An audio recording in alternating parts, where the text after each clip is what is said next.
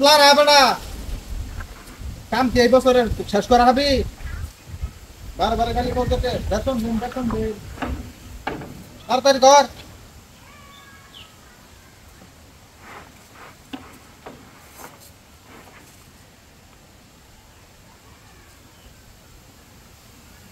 আর মুস্তাক আরে দে তাড়াতাড়ি দে তুই 150 কাম করছ না সারা দিনে এটা কথা কইলাম কয়টার কাম করছ সারাদিন তো কাম করতেছি সন্ধ্যাবেলা তো কবি যে আসতেছ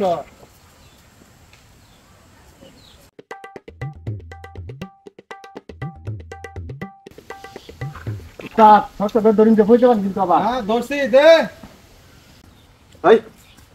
ওরা কাছে তোর কোনো কাজ কাম নাই বলবেন মল্লিক স্যার দিনটা চাইছিল তো আর যাবি যা এদিকে কি হরে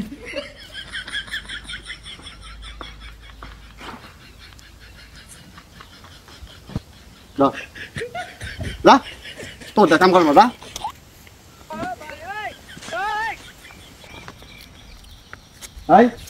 এই লোক নিয়ে আর কাজ নিয়ে আবি না আর হাজিরা দিয়া বাইকও দিছি ঠিক আছে এমনি আপনি এটা কি কাম করছেন ও তো বাইরের লোক কান দেখতেছে আর মোবাইল দেখতেছে